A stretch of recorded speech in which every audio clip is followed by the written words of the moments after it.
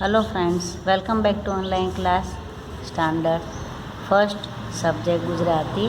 એમાં હું તમને આજે શું શીખવાડું છું બેટા? બારાક્ષરી। તો સૌથી પહેલાં સ્વર લઈશું આપણે। તો અ, પછી આ, ઈ, પછી મોટો ઈ, પછી ઉ મોટો ઉ, પછી રૂ, અ આ ઈ ઉ રૂ, પછી એ, આઈ, ઓ, ઔ, અને અહ। બે લાઈનમાં કઈ રીતે લખાય છે જોવાનું છે બેટા। હવે આ આખો સ્વરને આધારે જ આપણી બારાક્ષરી શબ્દો જાય છે। તો અ એટલે ક, હવે આપણે કક્કો બારાક્ષરી શરૂ કરીએ। ક તો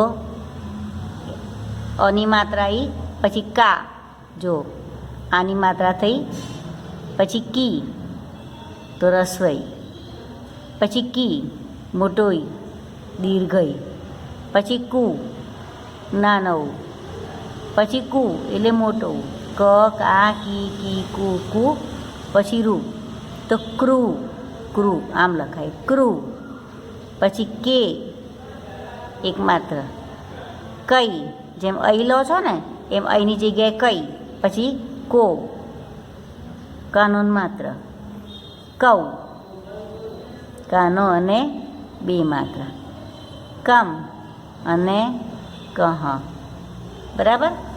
આ જો અ આ, ક કા, આ એટલે કાન આની માત્રા, પછી ઈ એટલે રસ્વઈ, મોટો ઈ એટલે દીર્ઘઈની માત્રા, નાનો ઉ એટલે રસ્વો આવે, મોટો ઉ એટલે દીર્ઘ ઉ આવે, રૂ તો ક્રૂ, પછી એ તો કે, અઈ બે માત્રની માત્રા કઈ, ઓ કાનો માત્ર તો કો, કાનોન બે માત્ર કૌ, કને માથે મીંડું કમ, કહ વિસર્ગે કહે।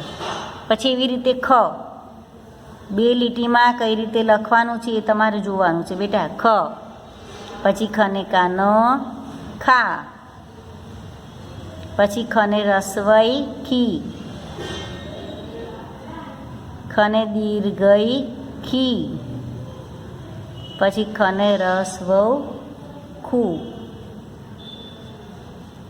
પછી ખને દીર્ઘ ખુ, પછી ક્રૂ, શું રૂની માત્રા આવે ત્યારે શું વંચાય? ક્રૂ, પછી ખે, ખને એક માત્ર ખે, ખને બે માત્ર ખઈ, ખને કાનો માત્ર ખો, ખને કાનો બે માત્ર ખઉ, ખને માથે મીંડું ખમ, અને ખને વિસર્ગે ખહે। તો ક કા કી, આ રસ્વઈ કી કહેવાય, આને દીર્ઘઈ કી કહેવાય, અને રસ્વઉ કુ આને દીર્ઘઉ કુ, આ ઋષિનો રૂ ક્રૂ, પછી એક માત્ર, પછી બે માત્ર કઈ, કાનો માત્ર કો, કાનો બે માત્ર કૌ, કને માથે મીંડું કમ, કને વિસર્ગે કહે। પછી ખ, ખને કાનો ખા, ખને રસ્વઈ ખી, ખને દીર્ઘઈ ખી, ખને રસ્વઉ ખુ, ખને દીર્ઘઉ ખુ, પછી ઋષિની માત્રામાં ખને રસ્વઉ રૂ ક્રૂ વંચાય, શું વંચાય? ક્રૂ, અને રૂ ક્રૂ ક્રૂ, પછી ખને એક માત્ર ખે, ખને બે માત્ર ખઈ, ખને કાનો માત્ર ખો, ખને કાનો બે માત્ર ખઉ, ખને માથે મીંડું ખમ, ખને વિસર્ગે ખય, એટલે ક કા કી કુ ક્રૂ, કે કઈ કો કૌ કમ કહ। પછી એવી રીતે ખ ખા ખી ખુ ક્રૂ ખે ખઈ, વારે ઘડી એક માત્ર બે માત્ર કાનો માત્ર એવું નહીં બોલવાનું। ખ ખા ખી ખુ ક્રૂ ખે ખઈ ખો ખઉ ખમ ખહ, બરાબર। હવે ખ પછી શું આવે છે?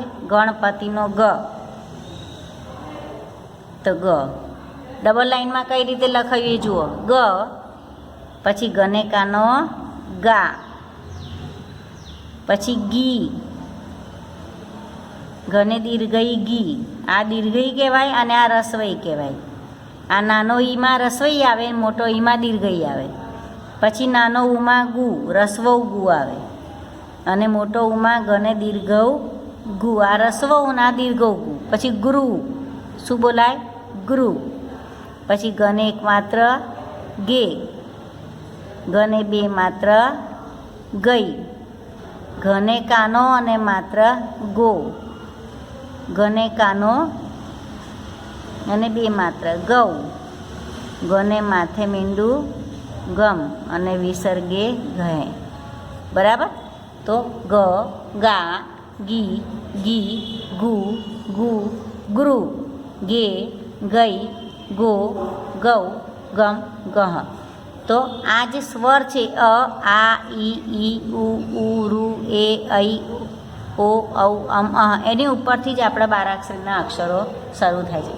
જેમ ઇંગ્લિશમાં તમે 26 લેટર શીખ્યા, એમાં 5 વોવેલ્સ છે, બાકીના કોન્સોનન્ટ છે. એ તમને ખ્યાલ આવી ગયો? એ, પછી ઈ, આઈ, હે ને, નેટ, NET નેટવાળા શબ્દ, પછી BAT બેટ, બીબ, BIB બીબ. એ રીતે આમાં ગુજરાતીમાં પણ કકાન બારાક્ષર કથી જ્ઞ સુધી તો તમને આવડી જ ગયું છે લખતા.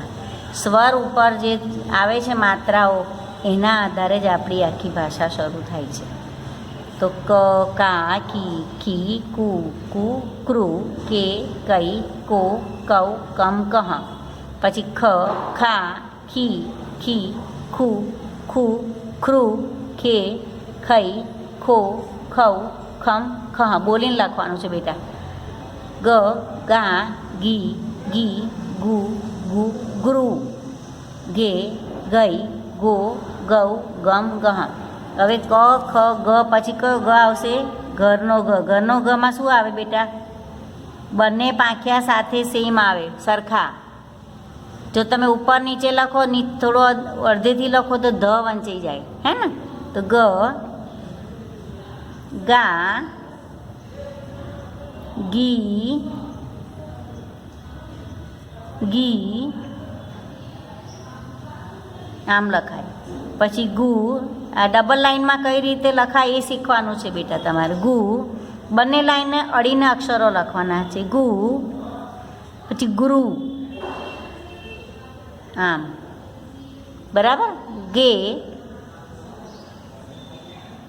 ગઈ, ગો, ગો થાય એટલે ખબર પડે કે કાનોન માત્ર જ આવે. ગો, ગૌ, ગમ અને ગહે વિસર્ગે ગહે. તો બેટા આજે તમારે શું કરવાનું છે? ફરી આવી રીતે ડબલ લીટીની લાઈનમાં તમારે 13 ખાના પાડવાના છે. જો 1, 2, 3, 4, 5, 6, 7, 8, 9, 10, 11, 12, 13. બરાબર? 12 સ્વર છે અને રૂ, ઋષિનો રૂ એટલે 13. બરાબર? તો આ બધા સ્વર ગણાય બેટા. અ, આ, ઈ, ઉ, રૂ, એ, ઐ, ઓ, ઔ, અમ, અહ. ક, કા, કી, કુ, કુ, ક્રુ, કે, કઈ, કો, કૌ, કમ, કહ. ખ, ખા, ખી, ખુ, ખુ, ક્રુ, ખે, ખઈ, ખો, કૌ, કમ, ખહ. ગ, ગા, ગી, ગી, ગુ, ગુ, ગૃ, ગે, ગઈ, ગો, ગૌ, ગમ, ગહ. ગ, ગા, ગી, ગુ, ગુ, ગૃ, ગે, ગઈ, ગો, ગૌ, ગમ, ગહ. બરાબર? તો ક થી ગ સુધી અને આ સ્વર, આ ચારેય અક્ષરો તમારે ડબલ લાઇનની નોટની અંદર વ્યવસ્થિત આ રીતે ખાના પાડીને ક થી ગ સુધીનું આજનું તમારું હોમવર્ક રહેશે. ક થી ગ સુધી 4 અક્ષરની બારાક્ષરી તમારે આ રીતે લખવાની છે અને બોલવાની છે. ઓકે? તો બોલીને લખશો એટલે ફટાફટ વાંચતા, જેમ તમને વાંચવામાં ઘણાને ભૂલો પડે છે, તો આ શબ્દ તમે પહેલાં બારાક્ષરીથી શરૂ કરશો એટલે ભૂલ પડશે નહીં. એમ નહીં વાંચવાનું કે કને કાનો કા, સીધું કા જ વાંચવાનું. કા, કી, કી, પણ કી કઈ છે? આને રસવઈ કહેવાય, આને દીર્ઘઈ. નાનો ઈ આવે રસવઈ આવે, મોટો ઈ આવે દીર્ઘઈ આવે. પછી મોટો ઉ, નાનો ઉ આવે એને રસવઉ કહેવાય, અને મોટો ઉ આવે ને દીર્ઘઉ કહેવાય. ક્રુ, આ નીચે અક્ષરની પાછળ ચંદ્ર જેવું લખ, મૂન જેસા, હે ને. પછી એક માત્ર હોય તો કે, એ, કઈ બે માત્ર હોય તો અઈ બોલાય, બરાબર. ટૂંકમાં અઈ. પછી અક્ષર પ્રમાણે આપણા પ્રોનાઉન્સિએશન જાય છે. કો, કૌ, કમ, કહ. એવી રીતે તમારે બોલીને ખાના પાડીને વ્યવસ્થિત ડબલ લાઇનની નોટમાં આવી રીતે બે અક્ષરો બે લાઇનને જોડીને લખવાનું છે. ઓકે બેટા, તો તમારું હોમવર્ક લખ્યા પછી ગ્રુપની અંદર મૂકવાનું છે મને ચેક કરવા માટે. બાય.